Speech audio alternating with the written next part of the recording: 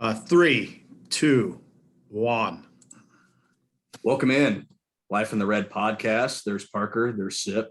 I'm Chris. This is Palmer, enjoying lunch as we record this at 12:13 p.m. You're on a Wednesday, December 13th, 2021. December 1st, Baz. It's not 13th December yet. 1st. It's not the 3rd. It's 12:13 on 12:1 is what I was looking for. Yeah. So if it was 12:13, we'd probably have a bunch of assistant football coaches hired and we'd be talking about those, but we don't because it's not. And then you know what? I think that's a good place to start. You guys have been on top of everything these last few days as the season's gotten over, and we've moved into the kind of the next portion as far as coach movement, coach hires, coach fires, and everything. So I'll turn it over to you. I guess, what are you guys hearing? What's the landscape looking like right now for Nebraska's assistant coach search? Parker, go ahead. We are in the off season now. Go ahead. We are. You'd hardly know it. It dawned on me today that Nebraska's last game of the year was 5 days ago. Feels like 5 weeks ago in some ways. There's a lot going on. I guess as we sit here at now 12:14 p.m. Simple on December 1st, it's worth noting that it's an extremely fluid situation. I mean, could have news while we're talking or an hour after or a day after or whatever. So sort of a moment in time. But the basics haven't changed as we're talking now. No hires have been made official. There's 4 spots to fill. We know, I guess, how do you want to do this? We go position by position, like sort of spot by spot. Obviously, we know Nebraska is going to hire an offensive coordinator. That's been the toughest to get a read on, sort of, in terms of what Frost is looking for, what direction he might be looking. We know what he said during the season, but don't have a lot of direction beyond There's that. stuff we know, though. We actually know quite a bit at this point, a lot more than we did last week. Sure. Yeah. Yeah. There are things that are very solid that we know. We know, for instance, as you reported, Parker, earlier in the week, that Mickey Joseph is squarely on the radar screen. Yeah. Right. Right. Not as an offensive coordinator candidate. No, as a receiver. Probably as a receivers coach, right? Yeah. Yeah.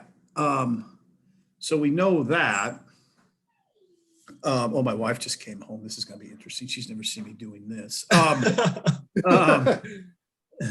So we know that, and we know that, we know that Donovan Raiola is squarely on the radar screen as an offensive line coach. We know Bill Bush and Ricky Brumfield are in the mix as probably special teams coordinators. Parker, Yep. Elaborate, please. Yeah. Well, that's sort of the way that it's going to work. The reason why it's interesting is because that's a good rundown of what we know about other staff positions. But there's an open question about exactly how the setup is going to work. I mean, that you're going to need an offensive coordinator, and you think it's possible that they're going to hire a special teams coordinator. And then after that, the question is, how do the spots positionally sort of fall together? So you also know that whoever the offensive coordinator is probably wants to have a say in at least. Wow, that's a nice kitchen you got there, Simple. Oh, thank you. Yeah. You know that the OC probably is going to want to have a say in at least one staff position, or maybe 2. And so the question then becomes, like, how does that work? Because I think there's people who would be happy if you just said, hey, Mickey Joseph's going to be the receivers coach and he's going to be the recruiting coordinator.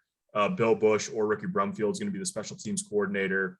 And, Donovan Raiola is going to be the offensive line coach. Okay, great. But then you need an OC, and that's leaving the OC, unless there's other attrition that we're unaware of at this point on the staff, without the ability to have any input in his own people, unless they already know who it is and he's having input behind the scenes. So that could be. We have quite a bit of information. I think we actually have a pretty decent picture of what it looks like at this point. But that one puzzle piece has enough influence in the whole picture that it's just not quite clear at this moment on Wednesday at 12:18 p.m. like how it all falls into place, and also exactly when it all falls into place. One part of it that makes a lot of sense to me would be is if they hired Bill Bush as it's probably the special teams coordinator, and Mickey Joseph in that wide receivers role, because those two could work together in recruiting. Yeah. They're very familiar with each other, very familiar, having worked together at LSU. And I think it would form a pretty formidable recruiting team. And they're both good coaches too. I think that package would make a lot of sense. Donovan Raiola would make sense in that he was Parker, about his playing career at Wisconsin. He was a very good center at Wisconsin. And one thing we haven't talked a lot about is I think, it hasn't really come out necessarily, but I think Cam Jurgens has a decision to make is what I'm getting at here. Yeah. Yeah. And I think the offensive line coach hire has to be a factor in that, I would think. Right. Yeah. Yeah, definitely. And I mean, it's interesting, there's a lot of angles we can go with this discussion. Let's just keep it on the OL front there for right now. I mean, yeah, he's a big, Jurgens, that's a big decision that has to be made. And we can talk a little bit more about that. The thing that's interesting about Raiola is he's the assistant offensive line coach for the Chicago Bears right now. He does have some college experience. He was a GA at Notre Dame.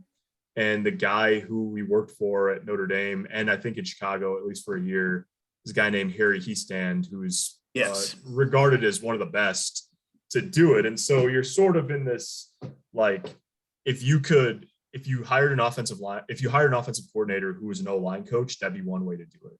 It'd be great if you could just say, give me the 5 best O-line coaches in the country, and let's see if I can land one of them.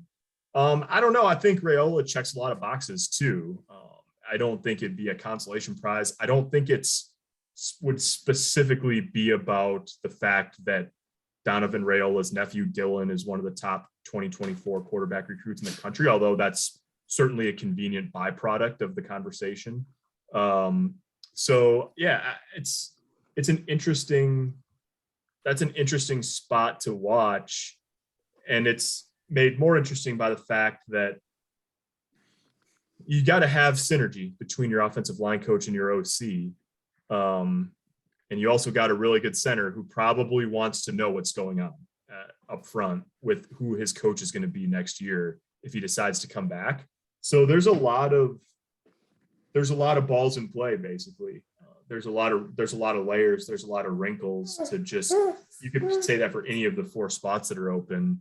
And then what it might look like going forward. The thing I would add about the Donovan Raiola piece, I mean, some people will be cynical about it and say, well, that's just about Dylan Raiola. Well, it's not really, because Nebraska's in a situation, I think you guys would agree, they have to get it going quickly in 2022. Dylan Raiola's a 2024 quarterback. He doesn't matter. That conversation quickly becomes moot if they don't produce. Yeah, right. Like if you don't think he's capable of pulling his own weight in 2022, there's no use having a conversation about a 2024 quarterback, because Frost won't be here if they don't get it going at least a little bit next year. So yeah, and then I don't know, Sipple. I mean, I think in terms of Mickey Joseph, I don't think at this point that's a conversation about whether Nebraska wants him to be in Lincoln. I think that's just about, the situation obviously changed significantly in the last 48 hours at LSU.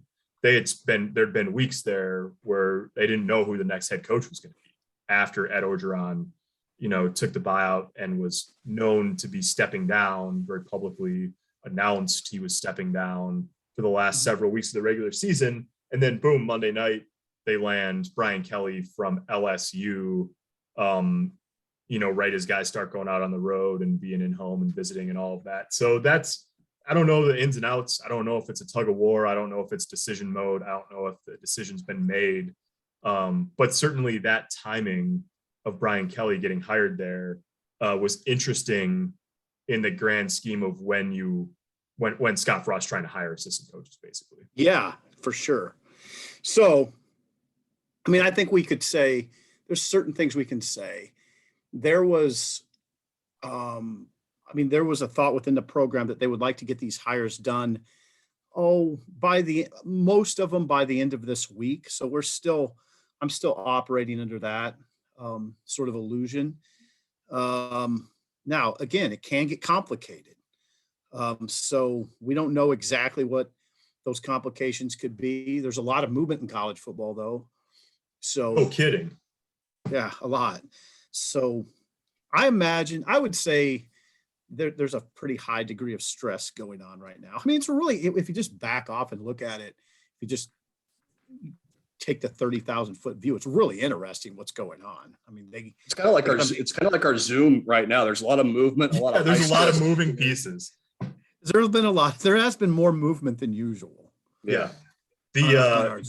The listeners rather than the viewers are really getting gypped on today in terms of what they see and what you only hear. Yeah, Trix threw a little bit of a wrinkle into my situation, but because she works at the same area. So yeah, there's a lot, and but you just gotta.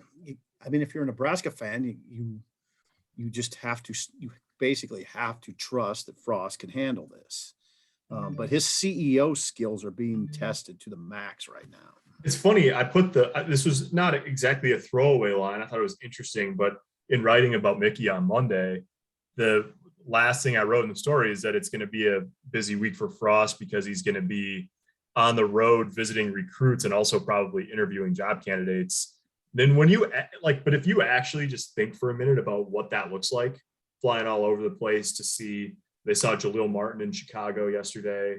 I think he and Travis Fisher been all over the place. And that's what that looks like, in addition to there being guys in the program like Cam Jurgens, Adrian Martinez, Damian Daniels that are trying to make decisions about their future, probably want to talk to the head coach about those decisions. Then you're also trying to interview coaches. And if you're interviewing coaches who are either A, still playing this year, or B, like let's say in Donovan Raio's case, obviously the NFL season's still going. That's a lot to try to do all that in a few days. And so, yeah, it's a week of action. It's a busy week, and we'll see what the fruit looks like at the end of it, or into next week, or whenever. How long? You guys kind of already talked about this. I know there's some unknowns, but what do you? Palmer's got thoughts too. What do you guys kind of expect for a timeline? Do you think it'll be by the end of this week that this will be wrapped up, or do you see it stretching maybe into next week or even longer? I think there'll be some positions we'll know by the end of this week. I don't know if we'll know all of them, but well, it depends what you mean by the end of the week. I mean, by Sunday or Monday, maybe they would. That's next week. Monday is next week. Yeah, Monday would be next week. Sunday technically is also next week. Yeah, I never know what to. I always consider Sunday part of. Let's say Saturday night. How about that? Yeah, I don't know. All four. I'd be surprised if all four filled by Saturday night. Just a guess, though. Yeah. The other part of this that I guess we've alluded to, I don't know, I was moving around. Adrian Martinez's decision, there's a decision to be made. It's become pretty clear that I don't think it's been made. As of yesterday, right. I would say, Parker, you would agree. As of yesterday, I don't think there was any decision made with Adrian. So yeah, I agree. And that situation changed, obviously, with his shoulder injury. I can say definitively that is a rehab process that will last through the spring and probably into the early summer. And that is obviously a complicator. And there's some thought that maybe Adrian would just be more inclined to stay here in the program and rehab with people that that he knows it's a comfortable environment for him. So I don't know exactly what he's thinking. It wouldn't surprise me if that's what he's thinking. Yeah. That would seem to make the most sense, right? Like it'd be the easiest path for him if it's a pretty extensive rehab. Like it doesn't make a lot of sense in my mind, at least. If you're going to rehab, why would you risk leaving a spot where you know what the care is going to look like? You know who the doctors are. You know who your trainers are. Like, from that point of view, it's a no-brainer. But maybe he's thinking on a different path than I am. Yeah, it could be. I mean, I don't know. I mean, I don't know when exactly we'll get that. That doesn't have to be a rush, though, right? Well, it especially, I mean, I think there's, Frost said the last week of the season that there's a sense of urgency in making that decision. But I think that sense of urgency, like from the program standpoint, it's hard because, like, Adrian's done a lot for Nebraska. He's put a lot in. He's obviously got a long rehab ahead of him.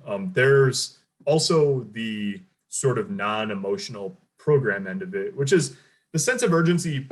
If you're looking at Nebraska from a football program standpoint, probably kicks up a notch once a new offensive coordinator is hired and once you know who the quarterback's coach is. That's for two reasons.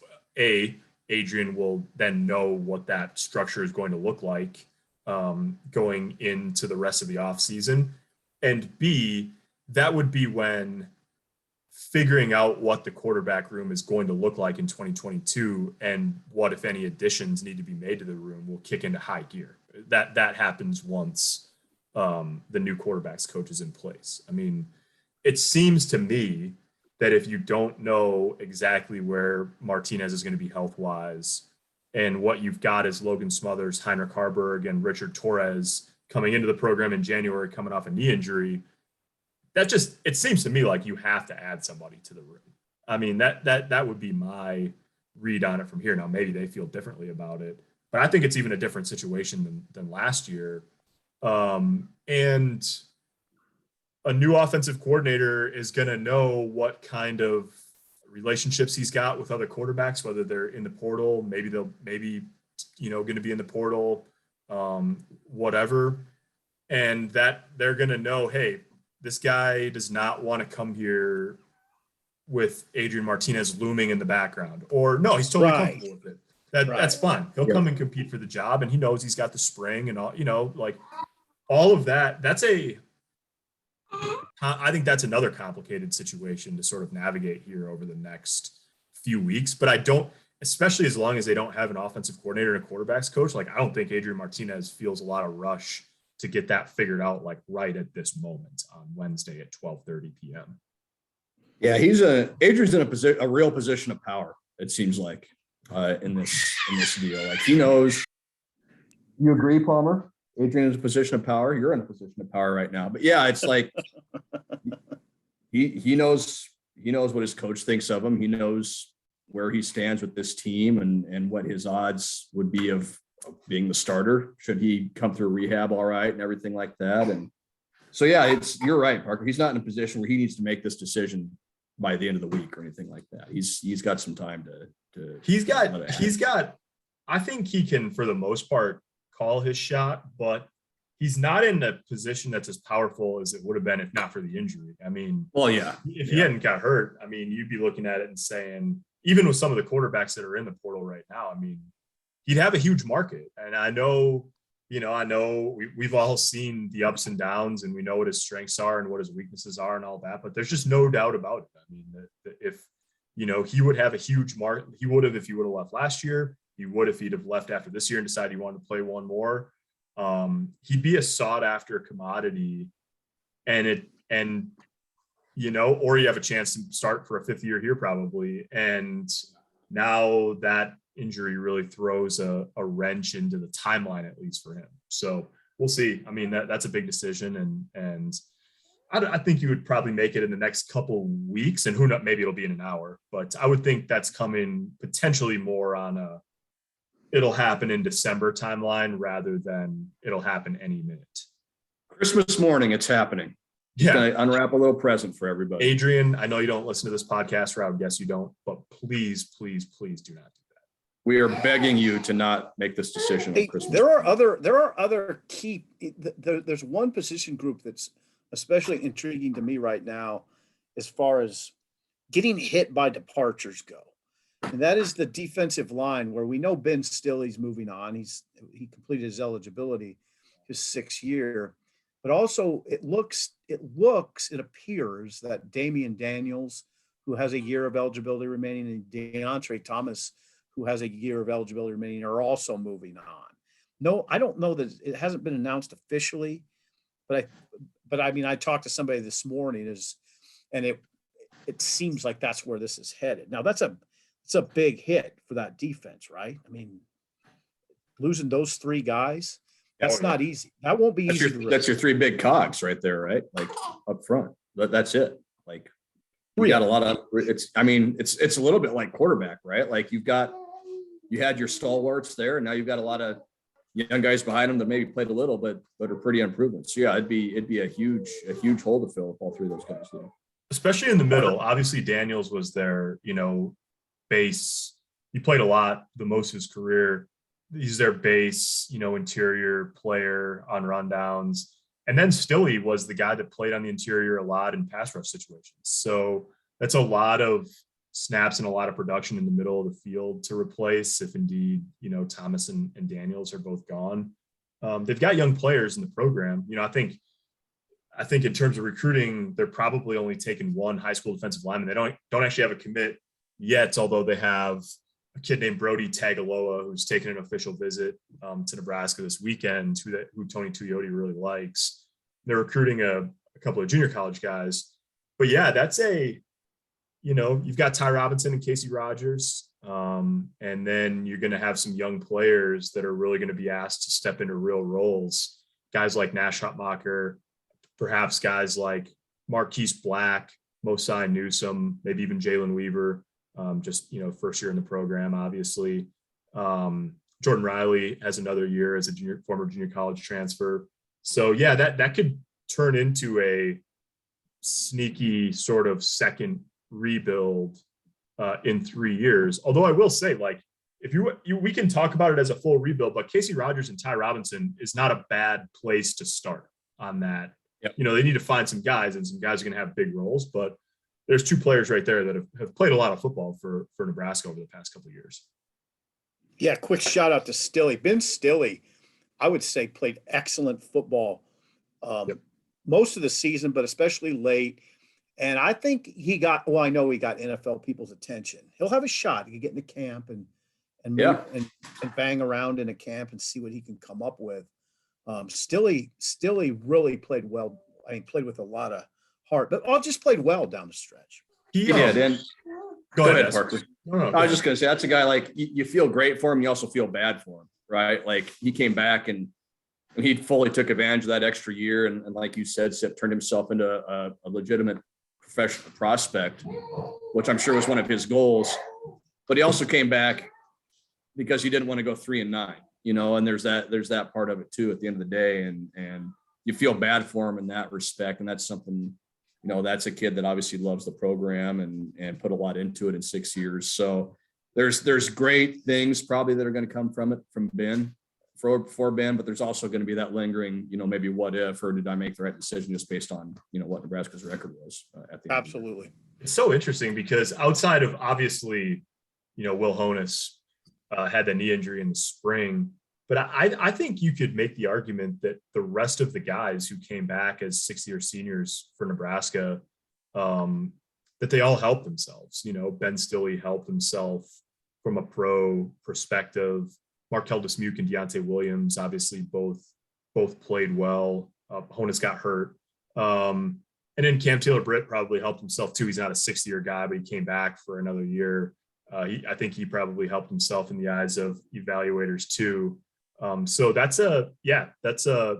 think all those guys probably benefited from coming back. Samari Toure, I think, benefited from showing that he could be productive at the Big Ten level after a year in the FCS. And so there's a lot of, I don't mean, this isn't meant to sound Pollyanna-ish. It's just an odd reality that there were a lot of individual success stories in terms of like building yourself for the next level on this team this year. And Cam Jurgens went from a guy who couldn't snap consistently to being really on the NFL's radar screen. There's a lot of guys who have done themselves a lot of good in the past 12 months in the program. And it's just sort of mind-boggling that turned into the worst winning percentage since 1957 in the program. Yeah, it is mind-boggling. It speaks to a couple things. One that's not a positive commentary on this coaching staff, and one that nobody has any control over. It was a wicked schedule. And we knew it was going to be wicked going in, and it was probably even worse than we thought. I mean, that was a very hard schedule, as it turns out.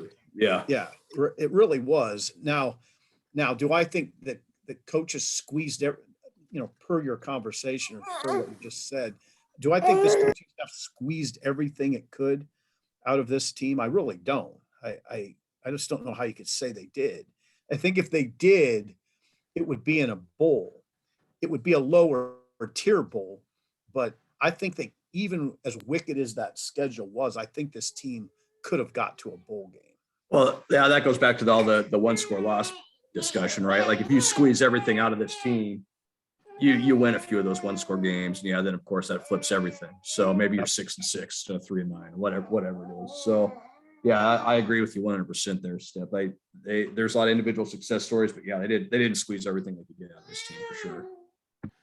Now, I don't know, the one thing, just circling back to Cam Jurgens real fast, the thing that I heard today is that he's getting a 3rd to 5th round draft grade.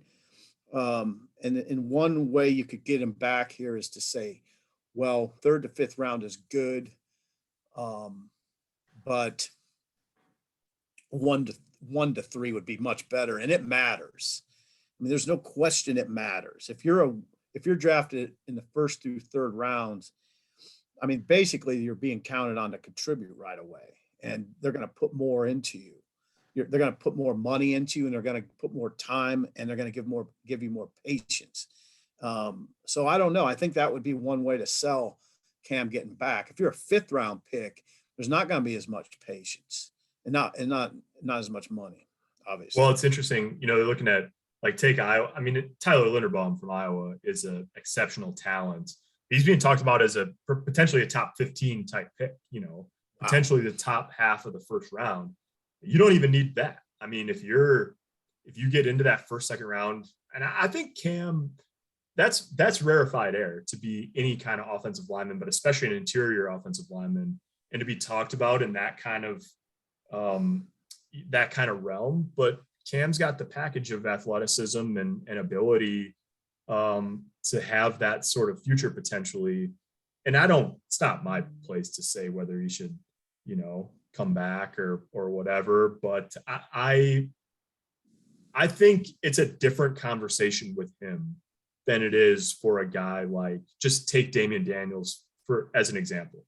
Damian's got himself in really good shape. He's been in college a year longer. He's also been a defensive lineman for 9 years, going back to high school.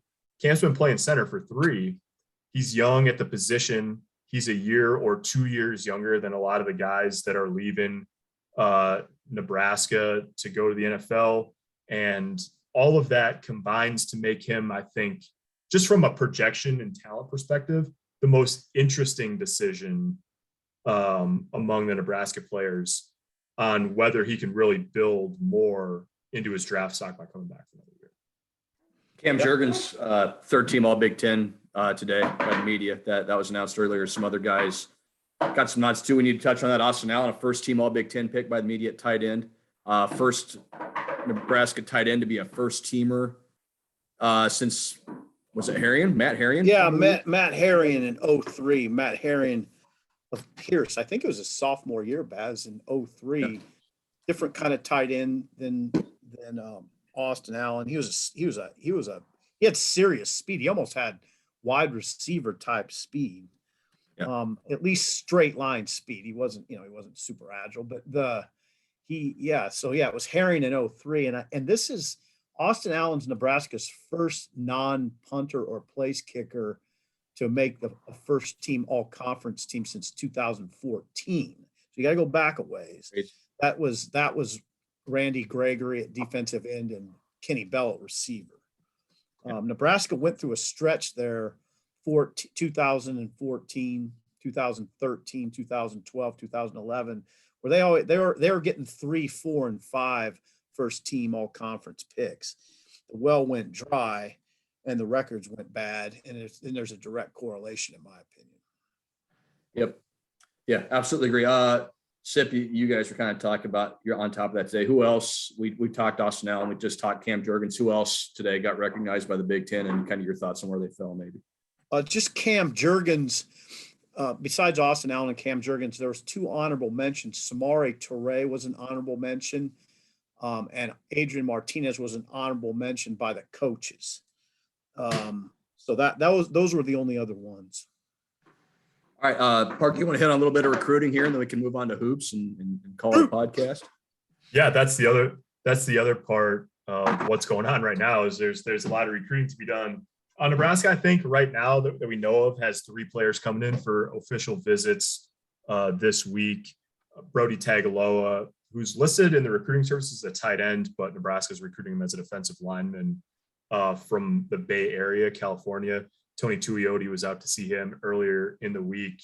They also have a defensive back coming up named Malcolm Hartzog, who's sort of an under the radar type from Mississippi that they really like. It's easy to draw comparisons to players in the recruiting world, but it's a little bit Cam Taylor-Britt like from when Cam was in high school. He's just a really good athlete that Nebraska likes as a defensive back. He'll be here. And then Gage Stenger, who's already committed. He'll be, I think, in town for his official visit this weekend, because you get to do that even if you're from right down the road. So it's pretty interesting because Nebraska's efforts, I mean, they're still recruiting a few high school kids. They're obviously getting a couple that they'd like to add to the class high school wise. They're interested in a guy from Minneapolis who's kind of intriguing. And his name's Emmett Johnson. He's a running back, had 42 touchdowns as a senior in high school. They were up to see him yesterday. We'll see if they get him in for an official before the December signing period. I haven't actually technically offered him a scholarship yet, but they're obviously interested.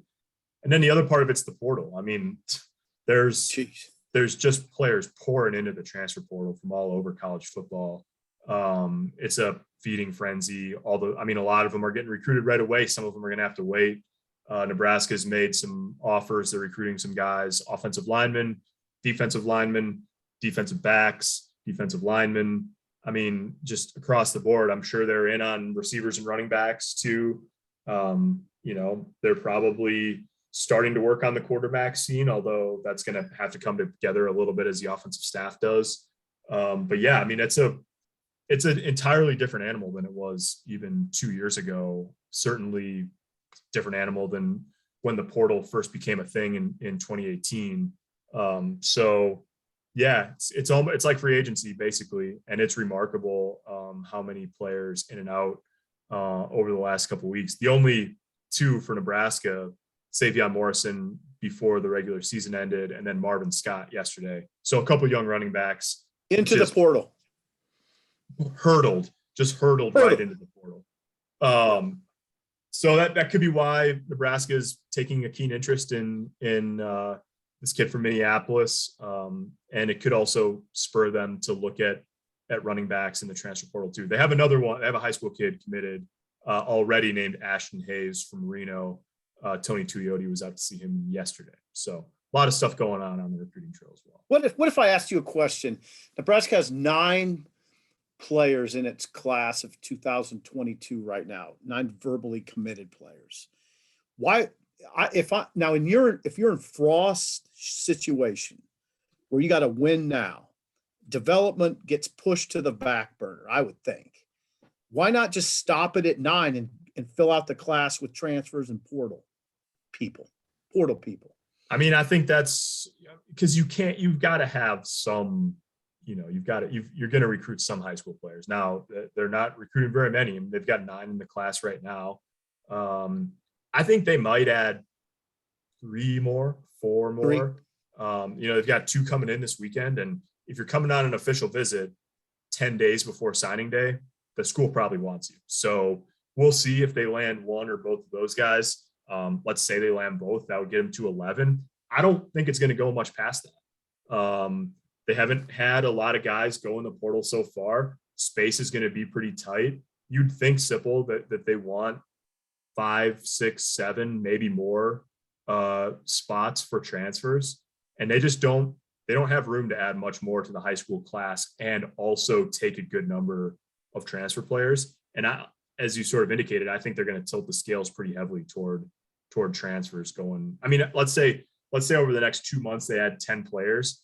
I think it would be maybe 3 high school kids, 4 high school kids, and then 6 or 7 transfers. That would be more important than me saying that. Frost has said it. Yeah, right. Frost said one way to get this program from being close to getting it over the top is to go get some difference makers, which is that's the 2 words he used, difference makers. Is that one word? That could be one word, but there's a hyphen in there. Difference maker. Yeah. So that's that. Baz, we got to talk some hoops. It's a big December now. Yeah. Starts tonight, actually. Yeah. By the time you guys listen to this podcast, the game will have probably been started or be over. But Nebraska tonight at North Carolina State, part of the Big Ten ACC Challenge. First of 5 straight games against power conference opponents. After NC State, they will head to Indiana, play the Hoosiers on Saturday. Then they'll come home, play Michigan next Tuesday. Then they head down to Atlanta, play Auburn a week after that on December 11th, and then Kansas State at home on December 19th. So really, really big stretch for Nebraska coming up. This is why they set the schedule up the way they did. They thought they would probably be at worst 6-1 right now. I'm sure they didn't schedule Western Illinois thinking they were going to lose that game. They're 5-2. They've won 4 in a row. They've built a little confidence. Now you go on the road for the first time and you play a team that has a pretty similar profile to you. Has played one power conference opponent and lost. NC State lost to Oklahoma State. It's a team that's been pushed by some lower major and some mid-major teams. I believe Cornell played them within 3 points. Louisiana Tech played them tough the other night. So kind of similar to Nebraska in a lot of ways. It's going to be a really good test, I think, for Nebraska to see how far they've come, since the Creighton game. Of course, being on the road is different, but we all remember how that Creighton game started, being down 19 points, 10 minutes into the game and having to claw all the way back, and they almost did, to their credit. But Fred Hoiberg has talked about how this team has grown since then. He said yesterday he likes this team where it's at right now a lot more than he did, maybe at the start of the season after they lost to Western Illinois and had the Creighton loss a couple nights later. So yeah, it's a fascinating part of the schedule. Nebraska under Fred Hoiberg is 3-25 away from Lincoln over the last two seasons, and that includes 2 wins at a neutral site at the Cayman Islands Classic a couple years ago. They've won 1 true road game under Hoiberg, and that was at Penn State last year when Teddy Allen hit a shot with 12 seconds left to win that game by a point. So, yeah, it's a really good test for this team to see how they handle the adversity, away from home when they don't have the PBA crowd behind them, to play through some tough stuff when they don't have the crowd behind them and all those sorts of things. So, yeah, tonight's just the first of a lot of really, really tough, interesting tests coming up for Nebraska basketball. To the vet. Okay. Well, let's go into the vet. Hey, now listen, that's interesting, Baz. NC State looks beatable. I put it at about a 30% chance that Nebraska wins this game. I think Ken Palm is right at 28%. Yeah, so, I think that's about right. Yeah, I think NC State was like a 6.5 point favorite when the line came out at home. So yeah, look, Nebraska can win this game. If they shoot it like they have been the last 4 games, they're over 50% 3 of the last 4 games from the field. If they get production from Derek Walker in the paint like they have the last 4 games, now those are big ifs because the competition level is different. But if you get that, if you're able to hit some outside shots, so Bryce McGowan keeps doing what he's done, if you can get contributions from CJ Wilcher, from PC Tominaga, and get a couple other guys to step up, yeah, they could very easily win this game. I'm with you, Sip. It does you some good because you look at what Indiana's done so far. They were unbeaten until last night. They lost in double overtime at Syracuse. And Trace Jackson Davis is just an absolute monster right now for the Hoosiers, and he's going to be tough to stop. Michigan was a top 5 team in the preseason till they lost a couple of games, where they're still going to be a bear with Hunter Dickinson inside and the way they play defense. Auburn's really, really talented. Maybe the most talented team Nebraska's going to play in this 5-game stretch. They've just got dudes all over the place, even though their ranking maybe doesn't show it. So, yeah, getting a win tonight would do you a lot of things. One, it would tell you you're on the right track, certainly, from the beginning of the season. And 2, it tells you that with the stretch you have coming up, you're going to be able to play with a lot of these teams. And so that's what makes tonight's game so important. Yeah. Now, the one thing to watch in this game is is critical no matter what, but I think he's especially critical because North Carolina State's big man is out. Yeah. Go I ahead. forget his name, but yeah, led the ACC in block shots last year, averaged about 10 points a game, averaged about a double-double, if I remember right. And they lost him first game of the year to a season-ending injury. So they've got a 6'11" guy starting in his place, but his numbers aren't great. It's a guy they expected to be a backup this year. So that's a real position where Nebraska might have an edge, even though they're not going to throw, 6'11" out there outside of Eduardo Andre. Derek's going to get the majority of those minutes, assuming he stays out of foul trouble and doesn't get hurt. But yeah, they need Derek Walker to do what he's done, because I think that makes everything a lot easier for Nebraska on offense when he's going. Yeah, I mean, this team is largely about. I mean, the two best players are Alonzo Verge and Bryce McGowan's, but they could use somebody to go with them on a consistent basis. It doesn't have to be the same guy. It's not going to be the same guy. It could be Wilcher on a given night. CJ Wilcher. Walker's a good one that could go with them. Lat Mayan. If those guys just one of those could rise up every night and give you 3 double-digit guys, that would help a lot. Yeah. That's what they need, and that's what they got the other night with Tominaga playing the way he did, scoring 23. They just need some more of that. And so we'll see what it looks like. But yeah, absolutely fascinating stretch for Nebraska basketball right now. It's probably going to give us a pretty good gauge, I think, on what the rest of the season is going to look like once we get to the end of this 5-game stretch. Well, I like that you pegged the percentage right where Ken Palm does. I've always thought of you as being sort of like a supercomputer. Yeah, I do too. I don't mind you saying that. I think of that. I think of myself that way. I think of you in a lot of different ways, Sip. That's not one I had thought of, but I'll start considering it a little more. Why don't you bite your tongue then? Fine. You know what? I will. I have a young son in the house, and I will bite my tongue. How about that? All right, guys. My son's climbing onto a coffee table right now, so we're gonna end this podcast. Thanks everybody for tuning in. We'll talk to you next week. Hopefully, we'll have some assistant coaches to talk about, and we'll see where the hoops team's at. So until next time, talk to you soon.